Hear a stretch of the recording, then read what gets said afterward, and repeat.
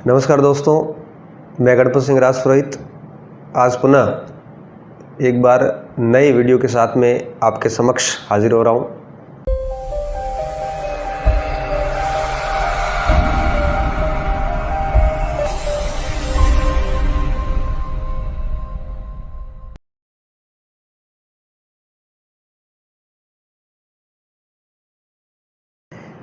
आज के इस वीडियो के माध्यम से मैं आगामी जितनी भी भर्तियां हैं, जिस वैकेंसी की आप तैयारी कर रहे हो, उन वैकेंसीज़ में निश्चित सफलता कैसे प्राप्त करें, उस पर एक स्ट्रेटजिक मोटिवेशनल वीडियो जो है वो उस पर मैं बात करूंगा आज। सबसे पहले मैं अभ्यर्थियों की जितनी भी प्रतिक्रियाएं वीडियो के कमेंट सेक्शन से मुझे जो प्राप्त हुई है उनके ऊपर बात करूंगा। बहुत सारे अभ्यर्थी कहते हैं कि सर वीडियो जल्दी दीजिए। उन सारे अभ्यर्थियों को मैं कहना चाहूँगा कि ये संभव नहीं है। दरअसल मेरा पदस्थापन जैसलमेर में है और वीडियो सेटअप पूरा बाड़मेर में है। ऐसी स्थिति में जैसलमेर से बाड़मेर आकर वीडियो बनाना मेरे लिए बहुत ही मुश्किल हो रहा है। तो हर रविवार को जैसे ही मैं बाड़मेर आता हूँ तो एक आध वीडियो बना के जाता हूँ। तो आप मेरे से ये उम्मीद मत कीजिएगा कि मैं निरंतर हर एक दो दिन बाद में वीडियो दूंगा। ये तभी संभव हो पाएगा जब मेरी पोस्टिंग बाड़मेर होगी। तो आप सभी अभ्यर्थियों से मैं एक प्रकार से माफ़ी मांगता हूँ कि यह संभव नहीं हो पाएगा कि मैं निरंतर आपके समक्ष जो है वो वीडियो देता रहूँ। जैसे जैसे मुझे टाइम मिलेगा, जैसे जैसे परिस्थिति अनुकूल होती जाएगी, मैं समय समय पर वीडियो देते रहूँगा। अब बात करता हूँ कि निश्चित सफलता के लिए क्या करना चाहिए। सबसे पहले एक सही निर्णय लेना ज़रूरी होता है कि आपको किस एग्ज़ाम की तैयारी करनी है। बहुत सारे अभ्यर्थी पूछते हैं कि सर मैं पटवारी की करूं, कि रीट की करूं, कि पुलिस की करूं, कि सेकंड ग्रेड करूं, फर्स्ट ग्रेड करूं, क्या करूं आखिर। देखिए, जब एक व्यक्ति अपनी पसंद के कपड़े पहनता हो, अपनी पसंद की लाइफ स्टाइल जीता हो, अपने पसंद के स्थान पर घूमता हो, पसंद का खाता हो, तो ऐसे अभ्यर्थी को हमेशा अपने पसंद की ही जॉब चुननी चाहिए, अपने पसंद के ही लक्ष्य तय करने चाहिए। किसी और को यह पूछना कि मैं किसकी तैयारी करूं, निहायत ही गैर ज़रूरी प्रश्न है। इसलिए मैं सारे अभ्यर्थियों को एक बात बताना चाहूँगा कि किस एग्ज़ाम की तैयारी करनी है ये आप स्वयं निर्धारित करें, किसी और से पूछने की आवश्यकता नहीं है। मैं इस मामले में आपकी एक मदद कर सकता हूँ कि मैं आपको कुछ पॉइंट बताऊँ, उस पॉइंट के आधार पर आप तय करें कि मुझे किस एग्ज़ाम की तैयारी करनी है। सबसे पहले मैं उन बिंदुओं पर बात करूंगा जिनके आधार पर कभी आपको ये निर्णय नहीं लेना है कि आपको किस भर्ती परीक्षा की तैयारी करनी है। पहली बात, अधिकांश अभ्यर्थी किस एग्ज़ाम की तैयारी करें ये इस बात पर तय करते हैं कि किस वैकेंसी में कितनी पोस्ट है। देखिए, पोस्ट अधिक हो चाहे कम हो, सिलेक्शन पोस्ट संख्या पर निर्भर नहीं करता, सिलेक्शन निर्भर करता है आपकी तैयारी पे। तो आप कभी ये निर्णय नहीं ले, इस आधार पर निर्णय नहीं ले कि पदों की संख्या कितनी है। दूसरी बात, कुछ अभ्यर्थी ऐसे होते हैं जो इस बात पर निर्णय लेते हैं कि ग्रेड कौन सा, फर्स्ट ग्रेड है कि सेकंड ग्रेड है कि थर्ड ग्रेड है। कुछ बेरोजगार अभ्यर्थी ऐसे होते हैं जिनकी कहीं नौकरी नहीं लगी हुई होती है, वो सोचते हैं कि थर्ड ग्रेड की प्रिपरेशन करूंगा तो जल्दी सिलेक्शन हो जाएगा। देखिए, ऐसा बिल्कुल भी नहीं है। जैसे जैसे आप नीचे के ग्रेड पे आते हैं, कंपटीशन और ज़्यादा बढ़ता है। जैसे जैसे आप ऊपर के ग्रेड की और प्रिपरेशन करते हैं, कंपटीशन कम होता है। तो मेरा ये मानना है कि अगर आप किसी भी सेवा में नहीं है तो आप ये मत सोचिए कि मेरा थर्ड ग्रेड में पहले हो जाएगा, सेकंड ग्रेड में थोड़ा मुश्किल से होगा। ऐसा कुछ भी नहीं है। आप किस एग्ज़ाम की कैसी तैयारी करते हो, सिलेक्शन सारा उस पर निर्भर करता है। ग्रेड के आधार पर कंपटीशन तय मत कीजिए आप। कुछ अभ्यर्थी ऐसे भी होते हैं जो इस आधार पर निर्णय लेते हैं कि जो भर्ती है उस भर्ती के अंदर एक प्रकार से अभ्यर्थियों की संख्या कितनी है, कितने लोग उसमें फॉर्म भर रहे हैं, उस आधार पर निर्णय लेते हैं। यह भी एक प्रकार से गैर ज़रूरी है। सबसे निरर्थक बात है कि आप ये अगर देख रहे हो कि किस एग्ज़ाम की मैं तैयारी करूं और उसमें आप अगर अभ्यर्थी कितने फॉर्म भर रहे हैं ये देख रहे हो, तो ये सबसे यूँ कहिए कि निम्न स्तरीय सोच है। इसलिए आप ये कभी मत देखिए कि कितने अभ्यर्थी जो है वो फॉर्म भर रहे हैं। आप सिर्फ ये देखिए कि क्या ये भर्ती प्रक्रिया मेरे दायरे में है कि नहीं है। इसलिए कुछ ये चीज़ें थी, इनके आधार पर आप कभी निर्णय मत कीजिए कि मुझे किसकी प्रिपरेशन करनी है, कौन सी परीक्षा को केंद्र में रख के तैयारी करनी है। मैं यहाँ पे कुछ ऐसे बिंदु बताना चाहूँगा जो आपको निर्णय लेने में मदद कर सकते हैं। देखिए, किस एग्ज़ाम की तैयारी करें उससे पहले सबसे पहली बात जो आपको कंसिडर करनी है वो कि आप एलिजिबल है कि नहीं है। सबसे पहले आप वो भर्तियाँ निकालिए जिनमें आप एलिजिबल हैं। अब आप जब एलिजिबल है तो उसके बाद आप जिन जिन वैकेंसीज़ में एलिजिबल है उन सारी वैकेंसीज़ का पाठ्यक्रम देखिए। कौन सा पाठ्यक्रम है जो आपके लिए रुचिकर है और आपके दायरे में है। आपको लग रहा हो कि ये पाठ्यक्रम ऐसा है जिसको मैं बहुत अच्छे से तैयार कर सकता हूँ और जिस पाठ्यक्रम की आपकी पहले से अच्छी प्रिपरेशन भी है, तो ऐसी भर्ती प्रक्रिया को आप चुनिए। या उसके बाद में दूसरी बात जो आती है वो ये कि पद वगैरह नहीं देखने की किस वैकेंसी में कितने पद हैं। आप ये देखिए कि आपने अगर पहले से किसी भर्ती परीक्षा की तैयारी की और आप बहुत कम मार्जिन से रहे हो तो आपको और अच्छे से उस भर्ती परीक्षा की तैयारी करनी चाहिए, ताकि जो गलतियां पिछली वैकेंसीज में रही थी वो गलतियां आगामी वैकेंसी में न रहें।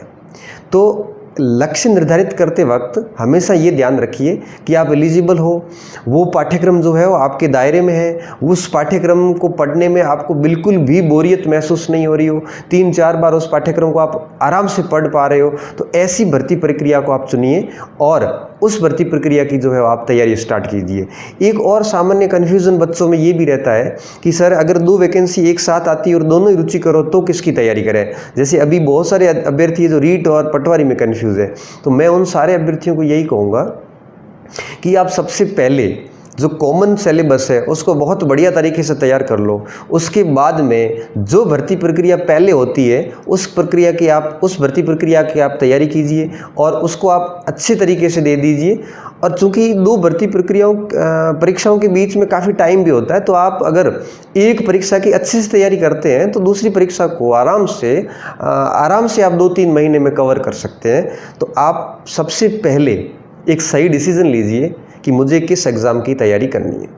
मैंने पॉइंट बता दिए, इन पॉइंट के आधार पे आप सबसे पहले तय कीजिए कि मुझे कौन से एग्ज़ाम की तैयारी करनी है। जिस दिन ये तय हो जाता है आपका कि मुझे फर्स्ट ग्रेड या सेकंड ग्रेड या रीट या इसकी एग्ज़ाम की तैयारी करनी है, ये तय होने के बाद में आप उस वैकेंसी का पाठ्यक्रम निकालिए और उस पाठ्यक्रम का प्रत्येक बिंदु अच्छे से याद कर दीजिए। पाठ्यक्रम याद होना बहुत ही ज़रूरी होता है, क्योंकि जब तक पाठ्यक्रम याद नहीं होगा तब तक हम अध्ययन सामग्री में से ये तय नहीं कर पाएंगे कि कौन सा बिंदु हमारे पाठ्यक्रम में है, कौन सा बिंदु हमारे पाठ्यक्रम में नहीं है।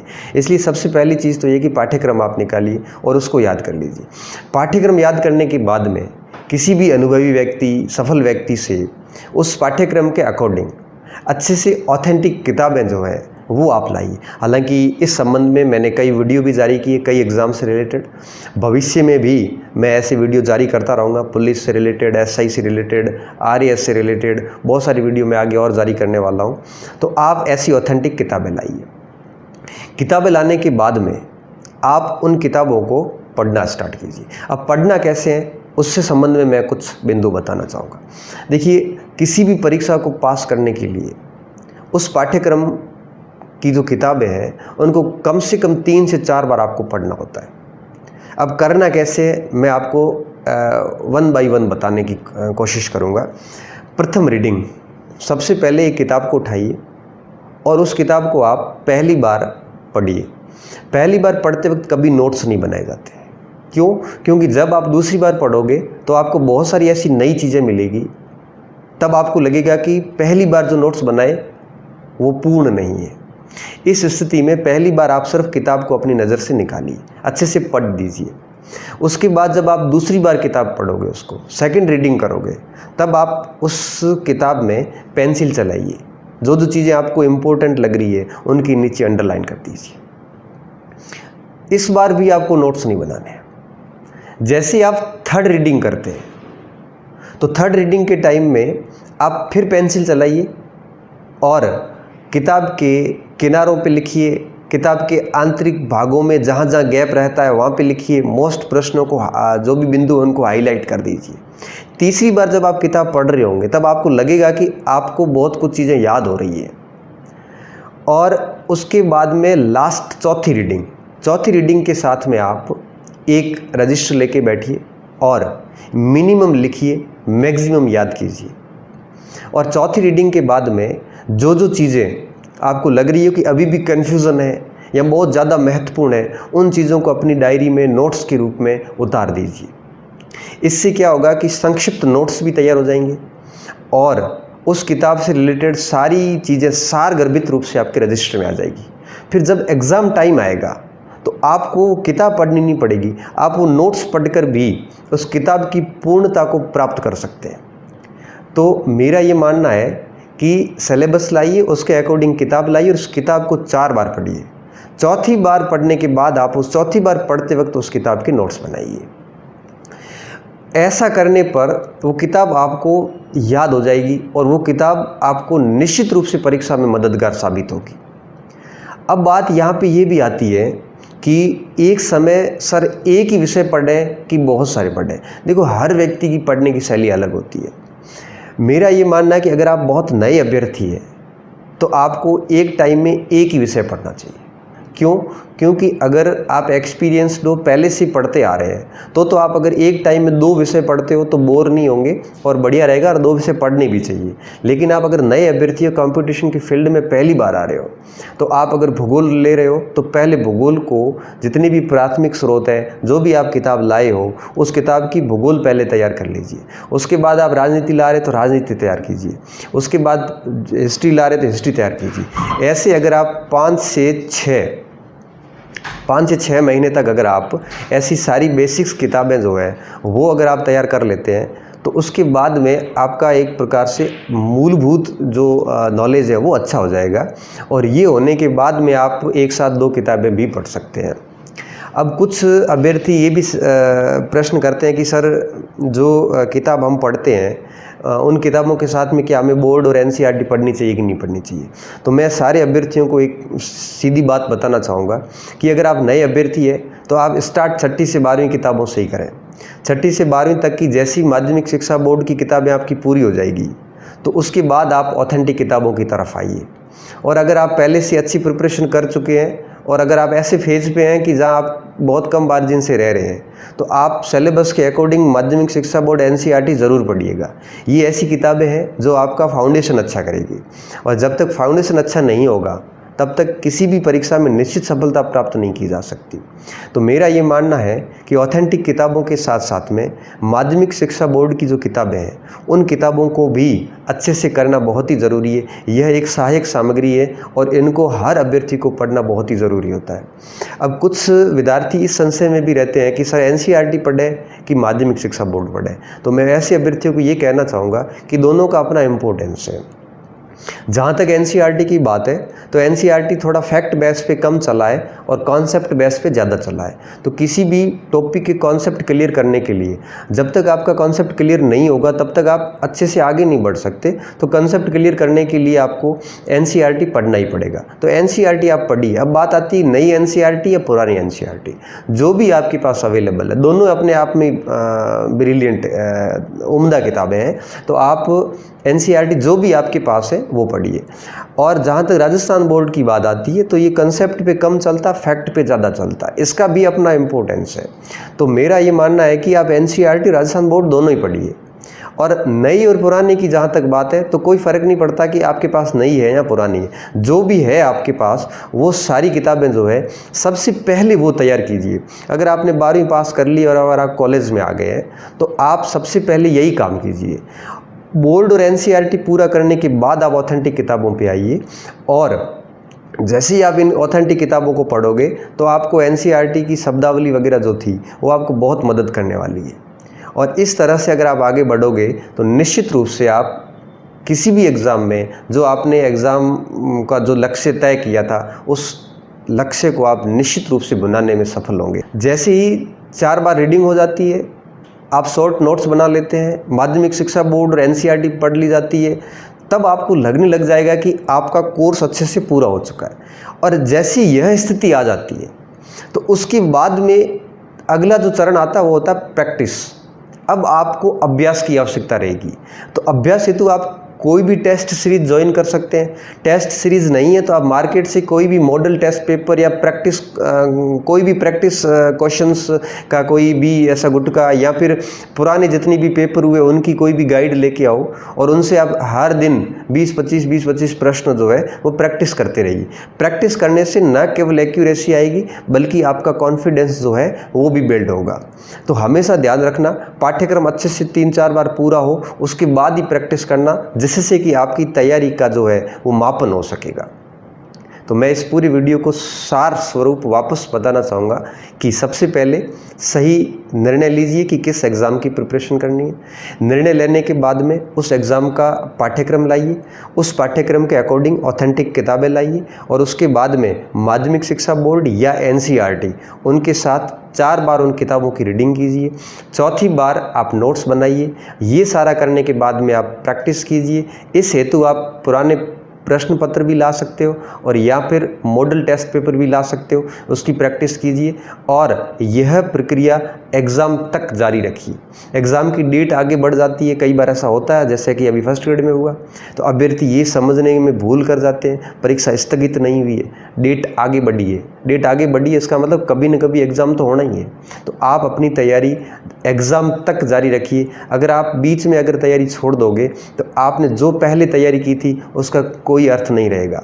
इसलिए ये सारी प्रक्रिया आप निरंतर दोहराते जाइए और परीक्षा तक अगर आप ये सब करने में सफल होते हैं तो आपको एग्ज़ाम में कोई भी असफल नहीं कर सकता। इस वीडियो को अधिक से अधिक विद्यार्थियों तक पहुंचाइए, इस वीडियो को शेयर कीजिए ताकि हर अभ्यर्थी घर बैठे अच्छे से अच्छे वो पढ़ सके, सफलता हासिल कर सके।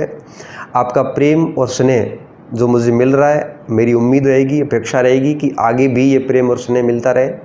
और सारे अभ्यर्थियों को मैं बताना चाहूँगा कि भविष्य में वापस यही स्ट्रेटजी वीडियो भी मैं जारी करूँगा और साथ साथ में एक विषय की सीरीज़ और संभवतः इतिहास की इस सीरीज़ जो है वो मैं स्टार्ट करने वाला हूँ, लेकिन उसको भी समय लगेगा, करीबन 1 से 2 महीने लगेंगे। और जैसे ही मेरा पूरा सेटअप हो जाएगा उसके बाद हिस्ट्री की क्लासेस जो है वो मैं स्टार्ट कर दूँगा। आप सभी अभ्यर्थियों का, साथियों का मैं बहुत बहुत धन्यवाद ज्ञापित करता हूँ कि आप लोग निरंतर इस चैनल पर बने हुए हैं, कंटिन्यू सब्सक्राइबर बढ़ रहे हैं और आपका जो प्रेम है ये हमारे इस चैनल को नई ऊंचाइयों पर ले जाएगा, ऐसी मेरी आप सभी से उम्मीद है। बहुत बहुत धन्यवाद, आपने पूरा वीडियो देखा। ये वीडियो आपके लिए लाइफ चेंजिंग साबित होगा, ऐसी मैं उम्मीद कर रहा हूँ। पुनः धन्यवाद।